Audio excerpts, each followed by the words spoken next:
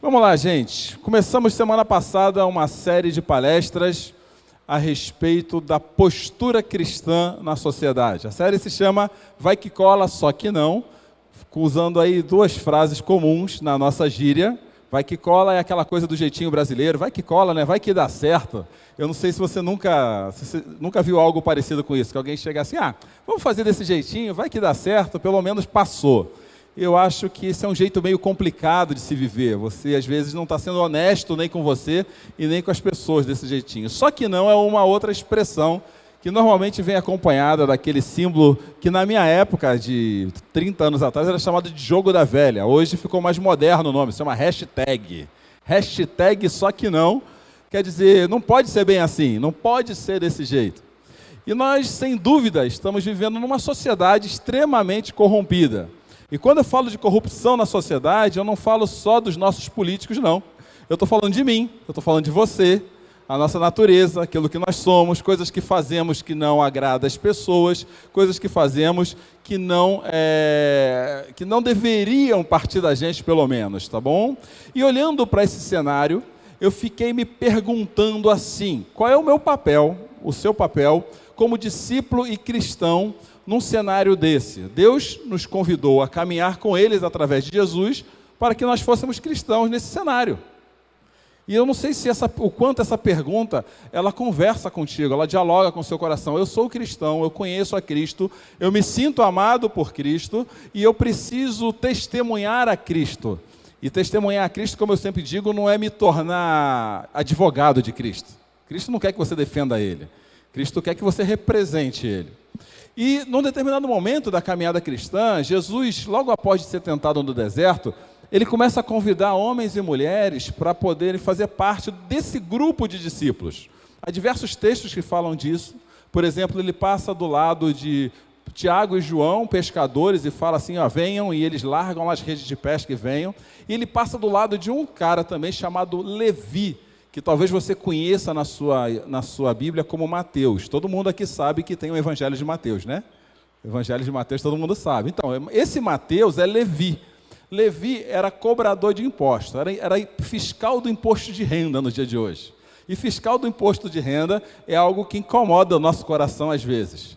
Então, Levi era um cara que era fiscal do imposto de renda, e ele diz lá que ele estava sentado colhendo impostos, e pior, colhendo impostos para um governo que não era deles. Eram os romanos que tomavam conta da sociedade, que dominavam a sociedade, e o cara judeu, o cara palmeirense, estava cobrando imposto dos corintianos. Vocês entendem isso hoje em dia, né? O que está acontecendo? Então, hoje os corintianos não estão meio incomodados com os palmeirenses. Mas imagina um palmeirense, depois de ter ganho o jogo, cobrando imposto de você hoje. Então, Levi era esse tipo de cara, Mateus era esse tipo de cara, e Jesus falou, eu consigo mudar seu coração, mesmo você sendo assim, viu, Levi? Então, vem comigo. E Mateus vai. Mateus, depois de viver com Jesus, ele escreve a respeito de Jesus.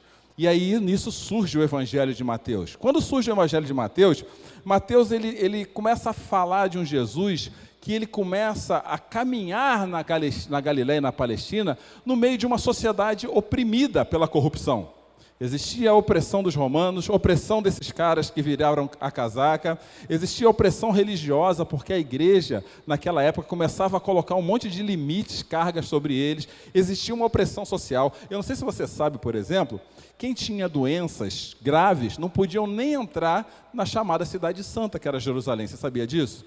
Por exemplo, os leprosários, quase que embola a língua aqui, eles ficavam fora de Jerusalém. Então, se tivesse que cuidar de um doente com esse tipo de doença, o cara tinha que sair da cidade. Isso porque eles entendiam que lepra, cegueira e outras coisas que marginalizavam essas pessoas, era uma coisa que era um pecado de Deus sobre a vida delas. Uma loucura, né? Achar que Deus punha as pessoas assim. Mas eles achavam.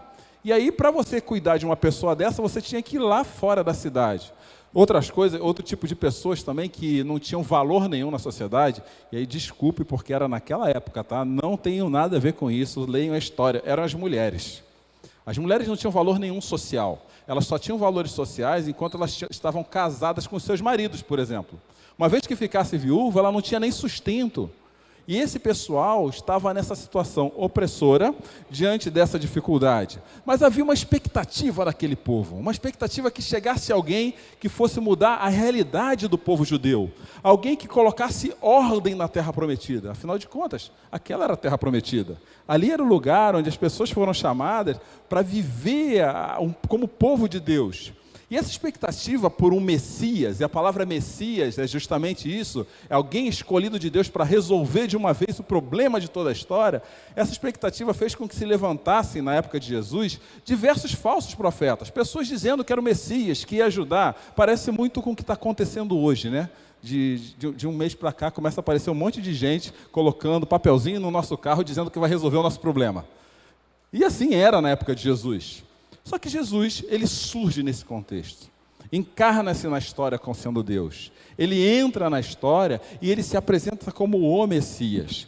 Essa expectativa messiânica a respeito de Jesus faz com que ele se aproxime dessas pessoas comuns que nem eu e você, e faz com que ele fale, viu, você que está se sentindo aí tão oprimido, está tão cansado da vida, está se sentindo enganado pelo governo, você que está se sentindo enganado pela igreja, você que está aí marginalizado, é com você que eu quero falar. E Jesus começa a caminhar no meio do povo e falar com essas pessoas. Fala, vem cá, deixa eu explicar para você. Eu quero contar algumas verdades a seu respeito. E dentro das verdades de Jesus, Jesus fala assim, vocês agora podem ser felizes.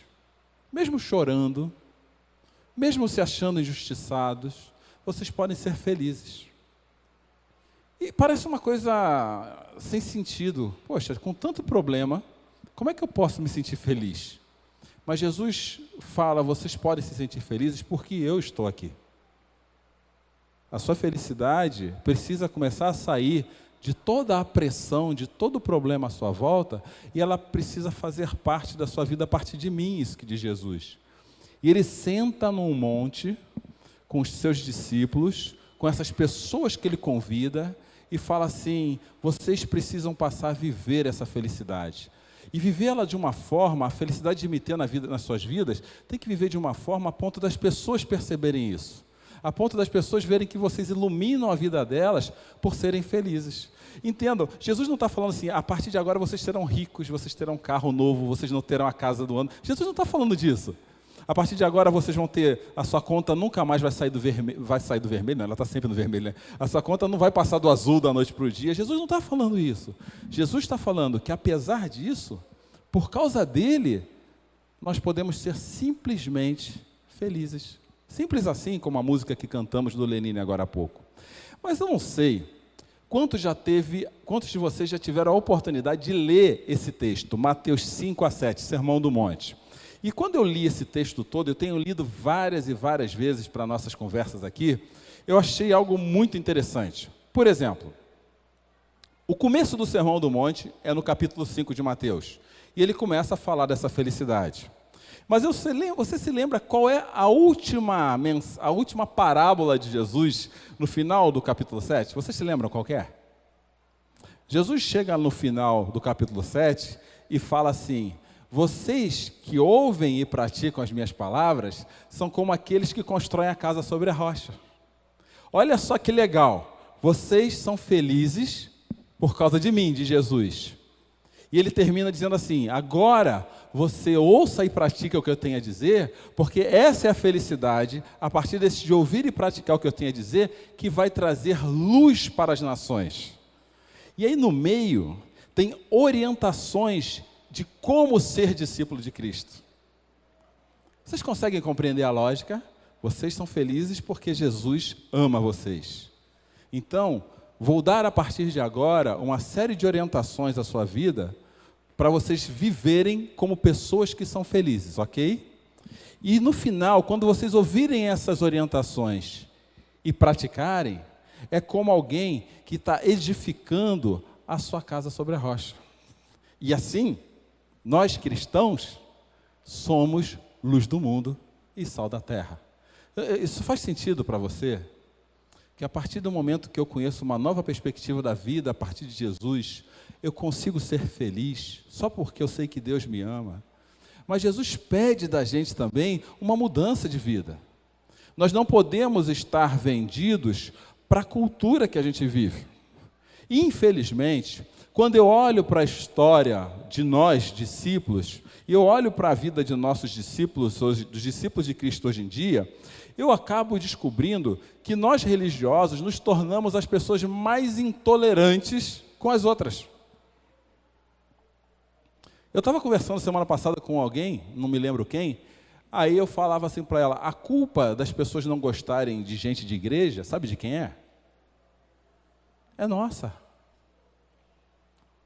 Porque nós somos intolerantes com as pessoas. E, infelizmente, grosso modo, eu tive que aprender que o fato de eu saber que Deus me ama e que a verdade de Deus liberta e que Jesus é a verdade, não me dá direito de eu dizer para as pessoas que eu conheço toda a verdade a respeito da vida delas. Afinal de contas, Deus age de forma diferente. A maneira que Deus alcançou o coração de todos vocês é diferente da maneira que Ele alcançou o meu coração. Jesus é a verdade. Ele mesmo disse, eu sou o caminho, a verdade e a vida, e ninguém chega ao Pai se não for por mim. Ele é a verdade. Ele é o que apresenta a verdadeira história da humanidade. Ele que fala que haverá redenção para os filhos de Deus. É Ele quem diz que aqueles que são felizes com Ele, um dia serão plenamente felizes no reino de Deus. Essa verdade é indiscutível. Mas isso não me dá o direito de me tornar arrogante e deixar de dialogar com as outras pessoas. Então nós nos tornamos, por exemplo, intolerantes políticos. E chegamos no meio do movimento do partido político, que as pessoas que defendem os políticos que nós não gostamos, e começar a acusá-los como ignorantes, como burros, como gente que não sabe a verdade. Eu não sei se você tem algum amigo assim no Facebook, mas eu tenho alguns amigos no Facebook que gostam do governo que está agora e tenho outros que gostavam do governo anterior. Eu tenho minha opinião e não vem ao caso, tá bom? Mas eu acho um absurdo quando eu vejo esses amigos falando mal, colocando palavras de guerra, de briga, falando assim, vocês não estão enxergando a verdade, vocês não estão entendendo, vocês não estão vendo. Gente, eu acho isso um absurdo.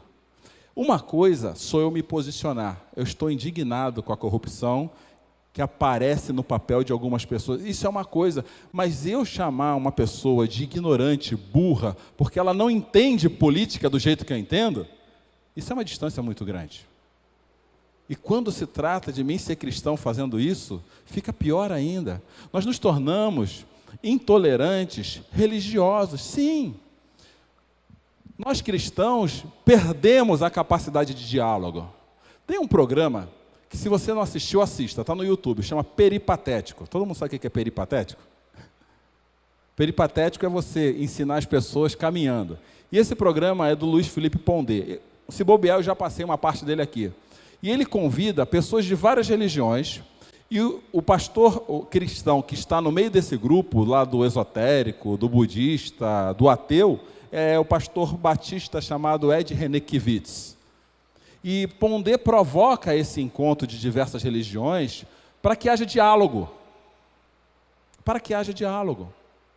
E aqui hoje à noite eu posso falar sem problema nenhum. Gente, como é que eu consigo falar do amor de Deus para as pessoas se eu não consigo dialogar com elas? Com as diferenças dos que pensam diferente de mim? Nós nos tornamos intolerantes. Se vocês verem alguns amigos que entram na minha casa, talvez alguns religiosos fiquem de cabelo em pé. Mas como o Cláudio está andando com esse tipo de gente? Ando. Se você ver algumas pessoas que eu gosto de abraçar, beijar e falar como eu sinto saudade delas, talvez alguns de nós aqui não entendam. Mas, gente, o fato de Deus me alcançar com a verdade que é dele, não me dá o direito de deixar de dialogar com as outras pessoas, como, por exemplo, um representante da Comissão de Direitos Humanos, que eu escrevi como Delta, para não dar nome, tá bom? Ele me escreve no Twitter que africanos são descendentes de um ancestral amaldiçoado por Noé, um político de rede nacional. E vai escrever que africanos são negros e que têm as religiões deles, porque eles são um descendente amaldiçoado de Noé. Você consegue entender isso? Isso é um absurdo. E pior que tem gente olhando para ele lá no governo e dizendo que ele representa elas. É duro. Nós nos tornamos também intolerantes relacionais. Na falsa pretensão egocêntrica de dizer que nós conhecemos a verdade, nós temos agredido nossas esposas, maridos e filhos.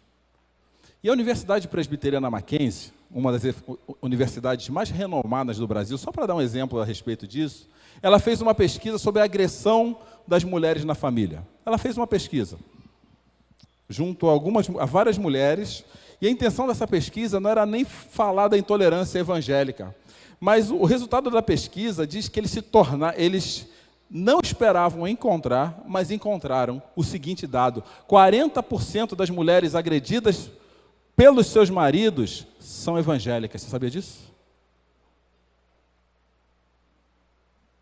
Você tinha noção? De pessoas que dizem assim: eu sou discípulo de Cristo, mas fala isso muito bem quando estão reunidos em seus guetos. Quando precisa passar do dia a dia, da casa, quando tem um problema dentro de casa, parece que começa a aflorar um demônio dentro dele. Não é bem assim? E aí ele começa a falar grosso, começa a agredir, e não entendam a agressão às mulheres simplesmente como agressão física, às vezes é agressão verbal. Você não serve para nada, você não faz nada direito, eu não posso te ensinar nada. E já que as mulheres gostam de direitos iguais, esse não é um privilégio só dos homens, não. Tem uma outra pesquisa que fala que mulheres evangélicas estão fazendo a mesma coisa. Quando você olha para o seu filho e fala assim: você não tem jeito mesmo, tá vendo? Você não aprendeu nada que eu te ensinei. Isso são exemplos de violência que têm contaminado o ambiente, que a culpa é nossa. Isso quando não tem a violência branca e silenciosa. Cláudio, que história é essa que você está me falando de violência branca e silenciosa? Gente, eu tenho um problema muito sério com ironia e piada. Desculpa, mas eu tenho. Porque por trás de toda piada e toda ironia tem um fundo de verdade. No mínimo, ela vai denegrir o cara que é gordinho, o cara que é diferente. Quando eu entro numa roda e ouço uma piada, eu digo para vocês, eu me excluo dessa roda, eu saio de perto. Eu não gosto desse negócio. Porque ali, como às vezes a gente não tem coragem de falar claramente, a gente usa uma piada para falar uma verdade que a gente não quer dizer para a pessoa. Isso é uma forma de violência absurda. Mesmo assim, eu ainda olho para a cultura, para aquele ambiente que não é cristão, e eu vejo algumas pessoas pensando em não ser assim. Eu não sei se vocês sabem, mas tem um psicólogo que faleceu ano passado, chamado Marshall Rosenberg. Ele desenvolveu uma pesquisa, uma metodologia chamada comunicação não violenta. É verdade, tem gente fora da igreja, olha gente, tem gente fora da igreja pensando em como não se comunicar violentamente com os outros. Sim. Como você deve se comportar numa briga em casa, você e sua esposa? Eles dão curso disso, gente. Tem cursos na internet. Como você deve se comportar numa briga, numa discordância de trabalho? Tem curso disso, sabia?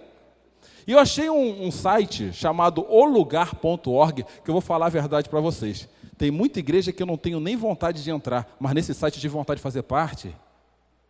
É verdade. Eles chamam as pessoas para sentarem, se conhecerem, entenderem as suas diferenças e dialogarem entre elas soluções positivas. Não dá para você a sensação que tem alguma coisa de errado com a igreja? Eu falo assim, cara, eu preciso entrar nesse lugar. Eu quero que as pessoas me ouçam. Eu quero entender o que elas falam. Eu quero viver. E eles partem do princípio da comunicação empática. Empatia não é simpatia. Simpatia, assim, olho para você, acho você bonitinho, eu fui com a sua cara. Empatia, sou eu, por exemplo, me colocar no lugar do Felipe aqui E olhar, poxa, o Felipe pensa diferente, ele se veste diferente, ele anda diferente de mim. Pô, mas quem é o Felipe? Antes de eu falar qualquer coisa a respeito do Felipe, quem que é o Felipe? Qual é a vida dele? Fazer isso com a Iole, fazer isso com o Josas. E fala assim, se eu for dar alguma opinião a seu respeito, é só depois de eu te conhecer. Não é porque eu tenho um monte de pressupostos de verdade que eu vou despejar na sua cabeça, que nem um caminhão de melancia, e falar, você não está certo, a vida não é assim. E esses caras estão pensando isso. Por exemplo, o neto do Gandhi, olha o que diz o neto do Gandhi. A não violência significa permitirmos que venha à tona aquilo que existe de positivo em nós e que sejamos dominados pelo amor, respeito, compreensão, gratidão, compaixão e preocupação com os outros, em vez de sermos pelas atitudes egocêntricas, egoístas, gananciosas, odiendas, preconceituosas, suspeitosas e agressivas que costumam dominar o nosso pensamento. Gente, eu leio isso e eu olho para a minha vida e falo, tem alguma coisa de errado comigo. Porque eu me sinto preconceituoso às vezes. Às vezes eu me sinto extremamente egocêntrico com a minha esposa. Tem alguma coisa de errado comigo. Porque Jesus me chamou para viver nessa sociedade como luz do mundo. E esses caras que não têm nada a ver com aquilo que eu creio, de repente estão dialogando com a sociedade de uma maneira muito mais positiva do que eu. A má notícia é que esse pessoal, eles têm um pensamento um pouco pluralista. O que eu quero dizer com pluralista? Vale qualquer negócio, tá bom? Você consegue se melhorar. Mas as Escrituras, infelizmente, nos dão uma má notícia. Nenhum ser humano consegue se melhorar sozinho.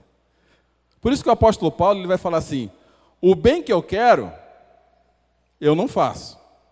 Mas o mal que eu não quero, se eu puder puxar o tapete, se eu puder dar aquela resposta para ele que está engasgada na minha garganta, se eu puder deixar de fazer aquilo que ele gosta porque ele fez aquilo comigo.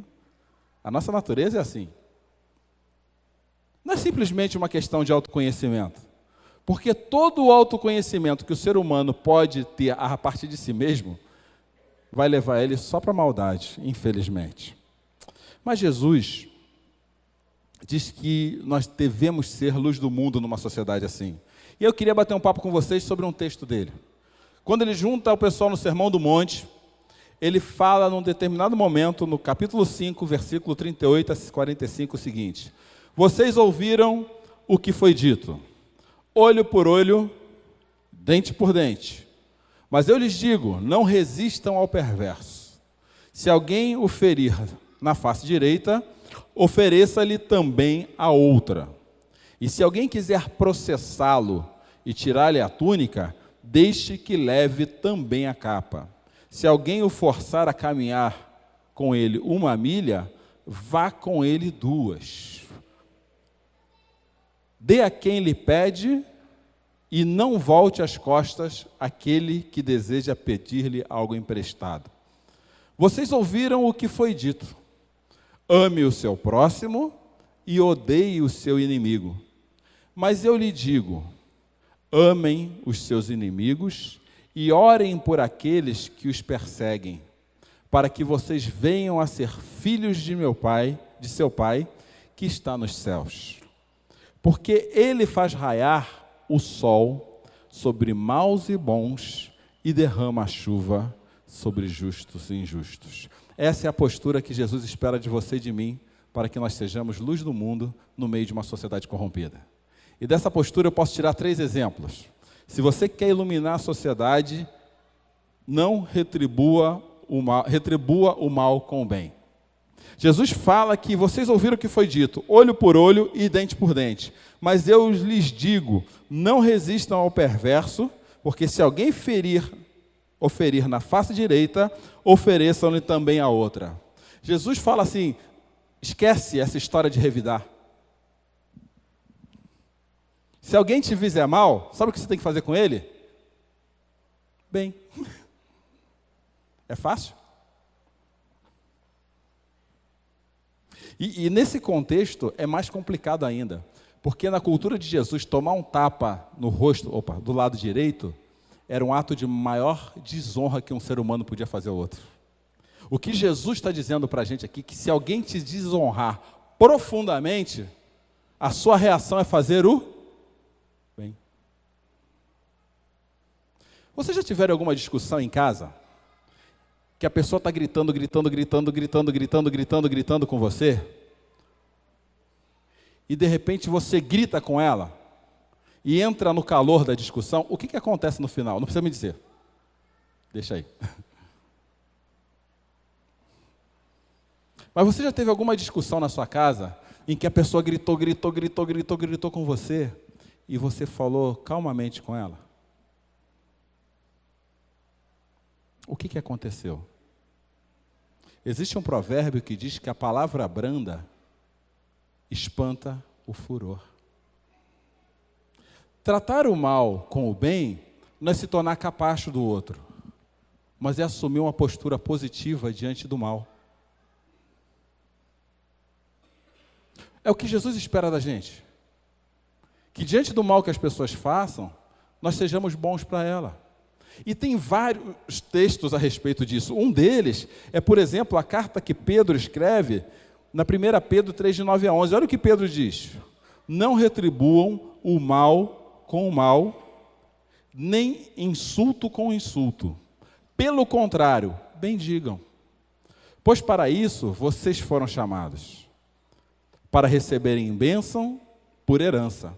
Pois quem quiser amar a vida e ver dias felizes, guarde a sua língua do mal e seus lábios da falsidade. Afaste-se do mal e faça o bem, e busque a paz com perseverança. Olha só o que Pedro fala. Ele não aprendeu a lição com Jesus? E a questão central desse texto é essa. Quem quiser amar a vida e ver dias felizes, guarde a sua língua do mal e seus lábios da falsidade. Se eu quiser ser feliz, eu tenho que guardar minha língua de quê? De quê? Vamos fazer um exercício aqui? Pensa nas últimas respostas que saíram dos seus lábios quando alguém brigou com você. Quando alguém fez algo que te desagradou. Eu paro na primeira. E aí eu percebo que talvez o motivo de eu não ser tão feliz como eu gostaria que fosse, é porque eu mesmo não guardei minha língua.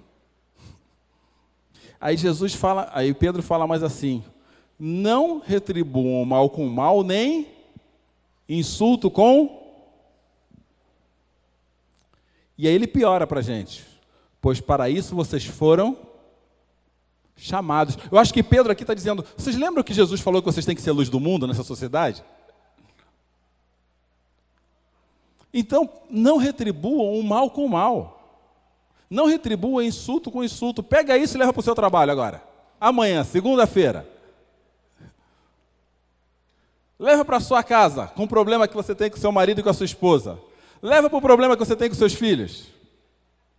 Ou seja, pega seu pedaço dessa história e carrega para você. O que vai sobrar?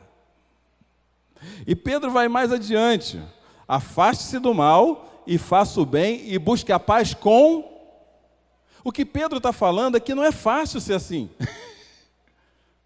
Exige perseverança, exige reflexão. Gente, poxa, para pensar um pouco antes de falar qualquer coisa, viu? Quem fala sem pensar, como diz o outro, morde a língua e corre o risco de morrer com o próprio veneno, não é assim que diz o ditado? Para pensar. Essa história de ser reativo a tudo, eu faço, eu falo, eu não... Para de reagir. Quando eu vejo uma pessoa extremamente reativa ao que fazem com ela, sabe qual é a impressão que eu tenho? Eu, Cláudio, no meu coração, que ela não consegue controlar a si mesmo, não consegue gerir as suas emoções. Ela é escrava de si mesmo. Porque eu tenho certeza que ninguém aqui gosta de fazer o mal, e quando faz, se sente mal. Então, por que não olhar para Jesus e entender que Ele espera que nós iluminemos o mundo fazendo bem? A segunda lição desse texto é: exercite a tolerância. Uma vez eu vi uma tirinha de jornal falando assim: o cara estava pescando na beira do rio, e não era o Rio São Francisco, porque não está aconselhável nadar nem pescar lá. Aí um outro chegou do lado dele: está pescando? Não, estou dando banho na minhoca, não está vendo? Sabe? A pessoa que não consegue virar a segunda página, ela dá a primeira resposta, é clichê. Se você perguntar a segunda, ela vem com um bando de marimbondo junto. Exercite a tolerância. Ouça a segunda pergunta. Homens, escutem as suas mulheres até ela contar a história toda. Não cortem a história pela metade, viu? Exercitem a tolerância, mulheres. Quando ele largar pela terceira vez o sapato no meio da sala, a cueca no ventilador, exercitem a tolerância. Exercitem a tolerância com seus filhos quando eles fizerem aquilo que vocês não gostam. Exercitem a tolerância com seus pais quando eles ficarem velhos e não falarem mais coisa com coisa. Porque Jesus diz assim: se alguém o forçar a caminhar com ele 1 milha, vá com ele 2. Dê a quem lhe pede e não volte as costas àquele que deseja pedir algo emprestado. O nosso problema de falta de tolerância é porque a gente não sabe ouvir. Ou melhor, a gente não sabe escutar. A gente até ouve as pessoas.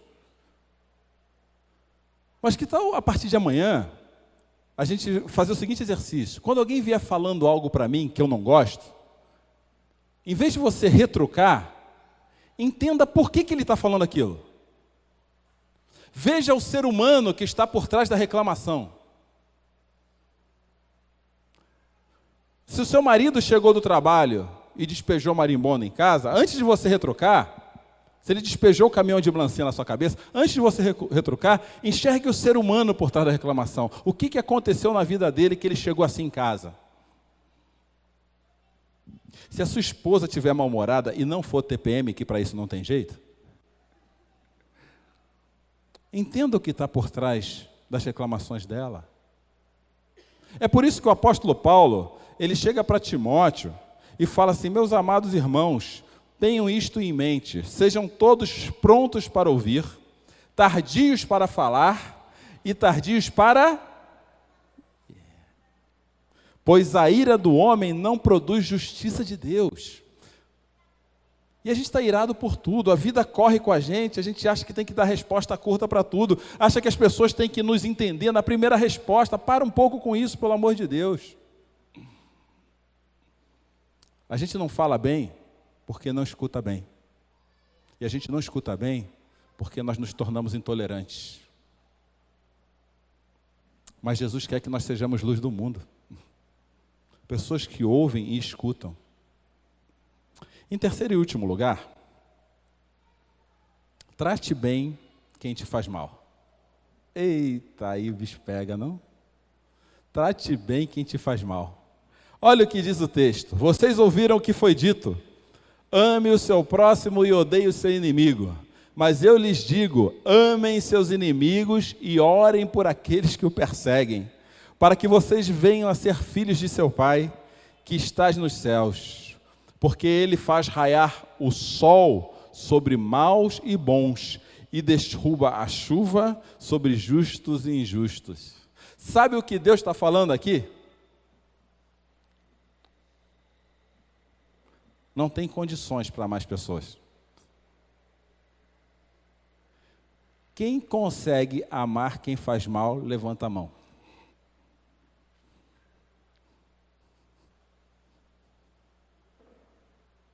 É difícil, né? É difícil amar quem prejudica a gente no trabalho. É difícil amar quem prejudica a gente em casa. Aí eu ouço o Renato Russo cantando lá, ainda que eu fale a língua dos homens e dos anjos, sem amor. Aí eu vou ficando cada vez mais constrangido quando Cláudio olha para Cláudio e entende que ele devia ter amado mais. Casais se separando porque entendem que deviam ter amado mais. Filhos magoados com seus pais porque entendem que tem que ser amado mais. Problemas no trabalho porque nós tínhamos que ter amado mais. E por mais que você estranhe, o que me chamou a atenção nesse texto foi o final dele. Porque ele faz raiar o sol sobre maus e bons e derramar a chuva sobre justos e injustos. O que Jesus está dizendo é que nós não podemos ter restrições para fazer o bem, nem para aqueles que fazem mal. Por isso que Paulo vai dizer assim: não devam nada a ninguém, a não ser o amor uns pelos outros, pois aquele que ama o seu próximo tem cumprido a lei. Isso é muito parecido com o que acontece nesse vídeo que eu vou mostrar para vocês.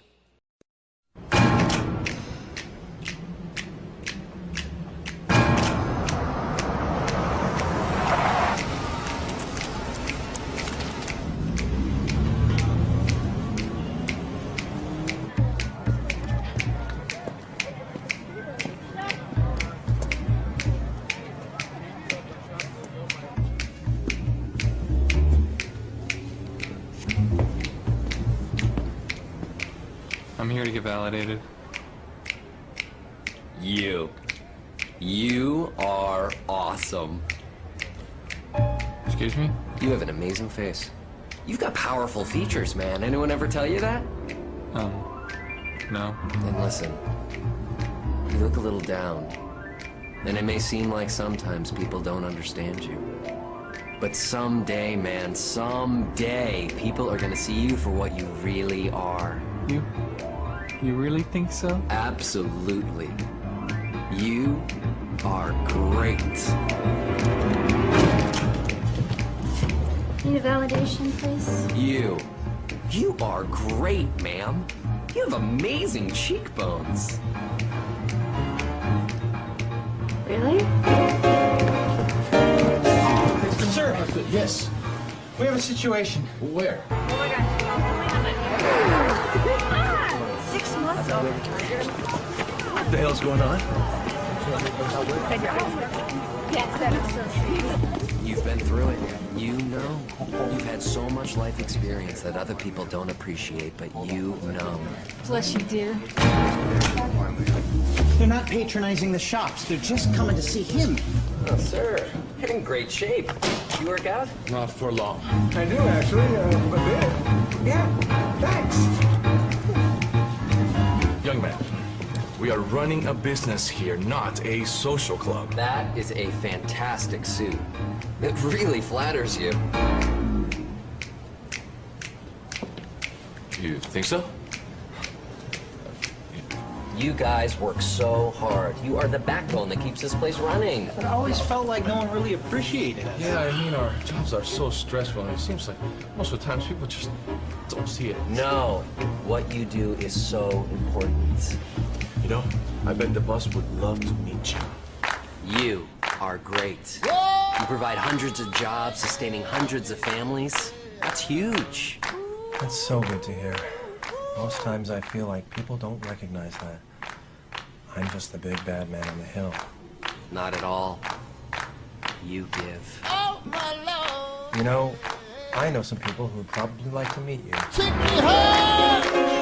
Mr. President, no matter what people say about you, you have still got a great golf swing. God bless you. You do. You have a fantastic mustache. I bet Burt Reynolds and Tom Selleck look at you and get envious. I'm not kidding. Thank you. You're welcome.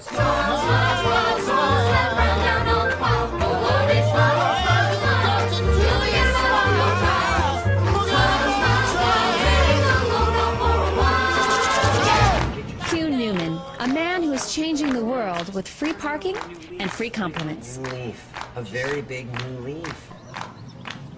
Your license is expired, sir. That is why you're great at what you do. You are so thorough. Really? You think so? Hugh, what is your secret? I just love to see people smile.